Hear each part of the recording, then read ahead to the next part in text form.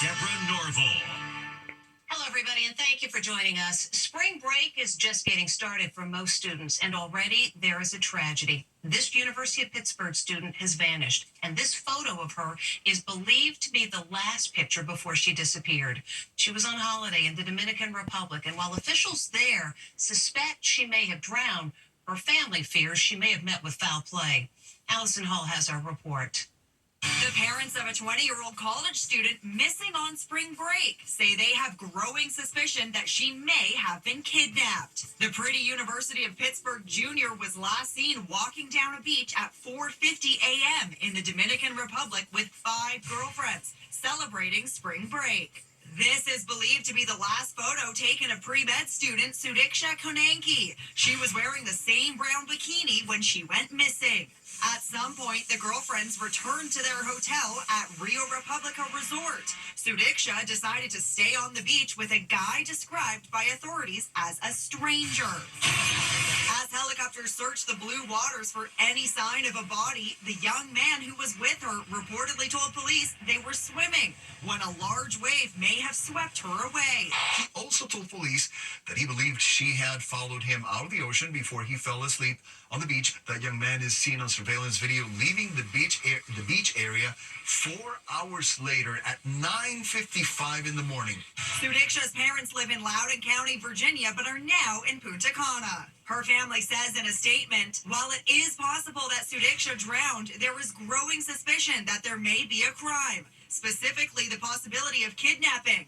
It's 4 days, and if she was in water, she would likely have been strewn to shore. So we're asking them to investigate multiple options like kidnapping or abduction. The resort where Sudiksha was staying was also in the news last week for other reasons, as spring breakers described deplorable conditions that include no running water, substandard food, and blackouts. They had to use cell phones to light the way. It was like anything that you could have imagined gone wrong went wrong. How would you describe your spring break trip? Horrid, a nightmare, absolutely terrible. I was walking in the hallway back to my room and I couldn't see more than maybe 6 inches in front of me. Someone could have been standing a foot in front of me and I wouldn't have seen them. Just kind of scary. The power outages also left guests unable to enter their rooms with their electronic keys, forcing many to sleep on beach chairs outdoors. Is that why Sudiksha was on the beach with her friends so late at night? It's just one of many questions as the search for the University of Pittsburgh student continues.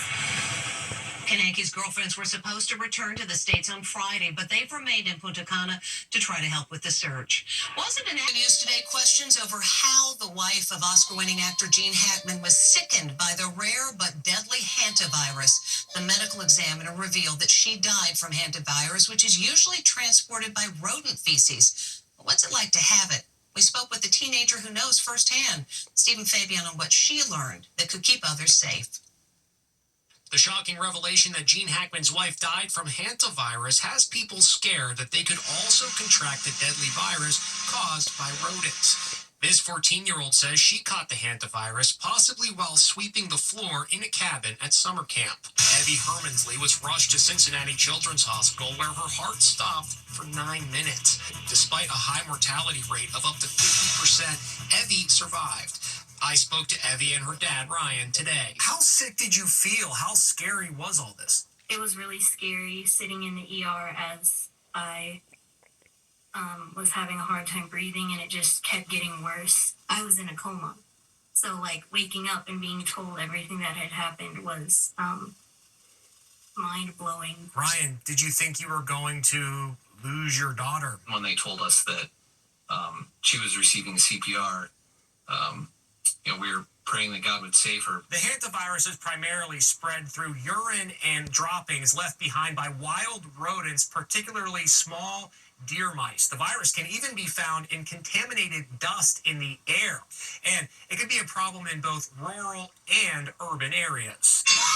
Social media is filled with videos of mice invading kitchens, even spotless ones. Giancarlo D'Andrea of TMG Pest Control shows us how easy it is for a mouse to invade your home.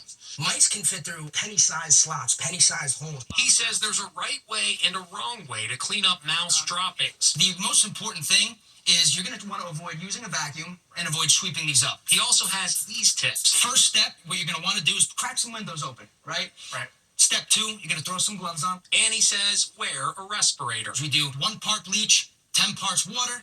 That mixture we spray it on the contaminated area. Dispose of everything in not 1, but 2 garbage bags. Now you're going to use a whole second Right, bag. we're going to use a whole second bag. That's correct. Antivirus is not transmitted human to human, which may explain why Gene Hackman tested negative. The actor passed away a full week after his wife due to heart disease. Had advanced Alzheimer's and may not have known that his wife was dead.